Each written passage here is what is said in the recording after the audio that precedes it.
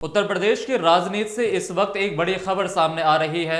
Samajwadi party के वरिष्ठ नेता आजम खान एक बार फिर कानूनी शिकंजे में फंस गए हैं। रामपुर की एमपी एमएलए कोर्ट ने 2019 लोकसभा चुनाव के दौरान दिए गए विवादित बयान मामले में आजम खान को दोषी करार दिया है। मामला उस बयान से जुड़ा है जिसमें उन्होंने तत्कालीन डीएम के खिलाफ आपत्तिजनक टिप्पणी की थी। अदालत के फैसले के बाद अब यूपी की राजनीति में एक बार फिर से हलचल तेज हो गई है।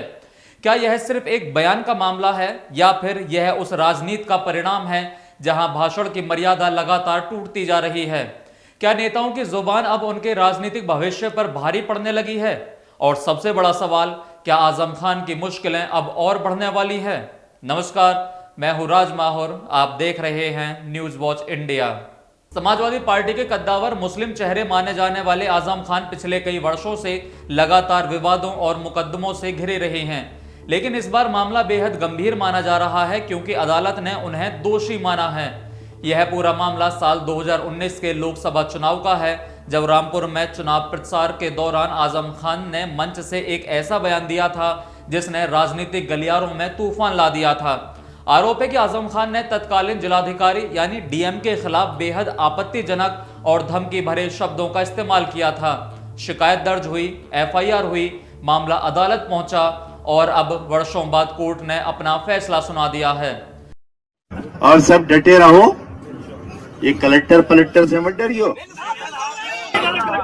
ये तनखैया है, तनखैयों से नहीं डरते हैं। और देखें कई मायावती जी के फोटो, कैसे बड़े बड़े अफसर रुमाल निकाल के जूते साफ कर रहे हैं। हाँ, उन्हीं से है गठबंधन।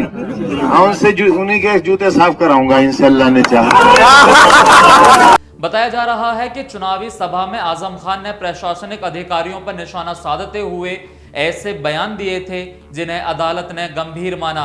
इस मामले में उन पर नफरत फैलाने, सरकारी अधिकारी को धमकाने और चुनावी माहौल बिगाड़ने जैसे आरोप लगाए गए थे।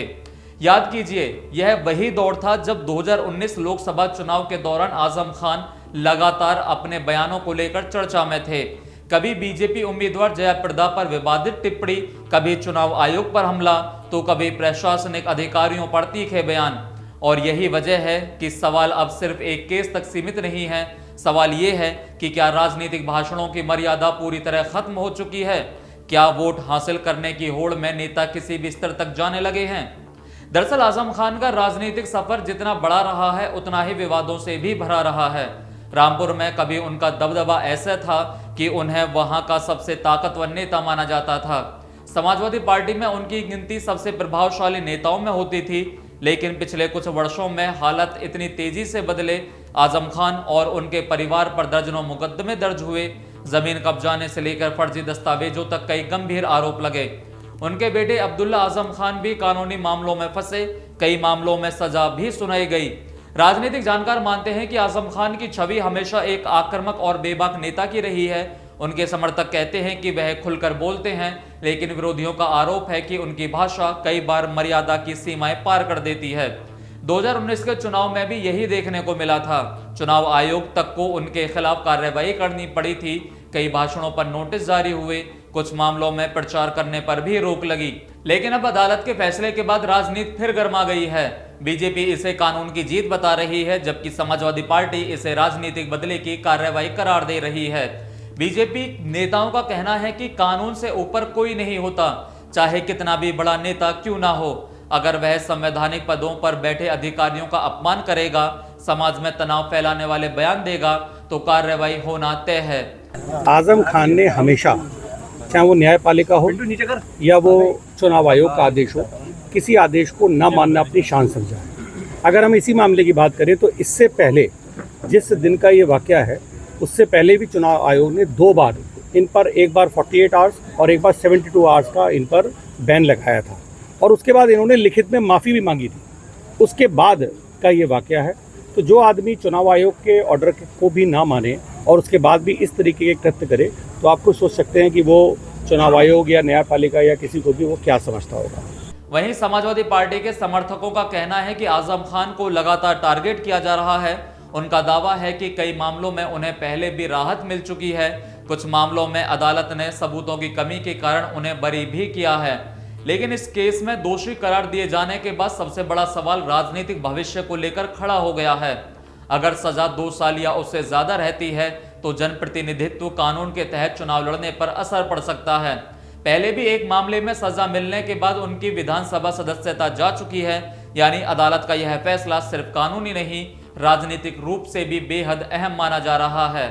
देखिए, फैसला माननीय न्यायालय का है कि आजम खान ने जो भड़काऊ भाषण दिया था, जो सरकारी कर्मचारियों के खिलाफ उन्होंने अभद्र टिप्पणी की थी, उस टिप्पणी के खिलाफ जितने भी एविडेंस आए वो आजम खान के विरुद्ध पाए गए और उसमें माननीय न्यायालय ने आज जो MP MLA मजिस्ट्रेट कोर्ट है उसमें 2-2 साल की सज़ा और हर धाराओं में 5-5 हज़ार रुपये का जुर्माने की सज़ा सुनाई। कितनी धाराएं थी और कितना टोटल जुर्माना? देखिए, 4 धाराएं थी और हर धाराओं में 5-5 हज़ार रुपये का जुर्माना हुआ है और 2-2 साल की सज़ा हुई। तो टोटल लगभग कितना जुर्माना है? लगभग टोटल 20,000 रुपये का जुर्माना है और 2 साल की सज़ा। 2 साल की सजा टोटल? हाँ। अच्छा, धाराएं कौन कौन सी थी?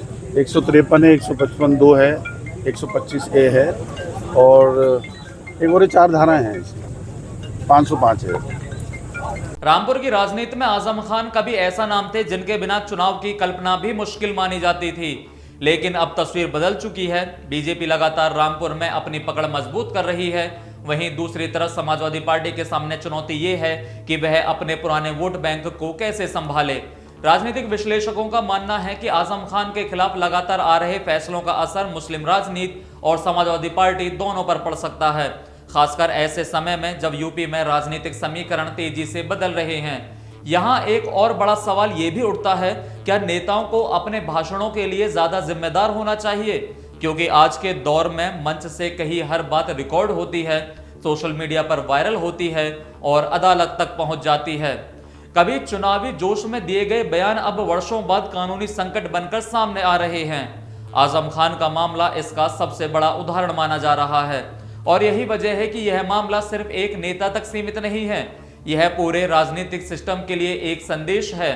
देश की राजनीति में पिछले कुछ वर्षों में हेट स्पीच, भड़काऊ भाषण और व्यक्तिगत टिप्पणियों के मामलों में तेजी आई है। चुनावी मंचों से नेताओं की भाषा लगातार कठोर होती गई है, लेकिन अदालतों का रुख अब पहले से ज्यादा सख्त नजर आ रहा है। आजम खान के मामले में भी अदालत ने साफ संकेत दिया है कि संवैधानिक पदों पर बैठे अधिकारियों के खिलाफ अपमानजनक भाषा को हल्के में नहीं लिया जा सकता। हालांकि अब नजरें आगे की कानूनी प्रक्रिया पर होंगी। संभव है कि आजम खान इस फैसले को ऊपरी अदालत में चुनौती दें। उनके वकील पहले भी कई मामलों में राहत दिला चुके हैं। ऐसे में यह कानूनी लड़ाई अभी लंबी चल सकती है, लेकिन फिलहाल इतना तय है कि इस फैसले ने यूपी की राजनीति में एक बार फिर से हलचल पैदा कर दी है। तो क्या नेताओं की जुबान अब उनके राजनीतिक करियर की सबसे बड़ी दुश्मन बनती जा रही है? क्या चुनावी भाषणों की मर्यादा की नई सीमा तय होनी चाहिए? और क्या अदालतों की सख्ती आने वाले समय में राजनीतिक बयानबाजी का तरीका बदल देगी? आप इस पूरे मामले पर क्या सोचते हैं? क्या कानून का यह फैसला सही है या फिर इसे राजनीतिक नजरिए से देखा जा रहा है? हमें अपनी राय कमेंट बॉक्स में जरूर बताइए। अगर आप हमारी यह खास रिपोर्ट, अगर आपको ये वीडियो पसंद आई हो तो चैनल को सब्सक्राइब करना ना भूलें।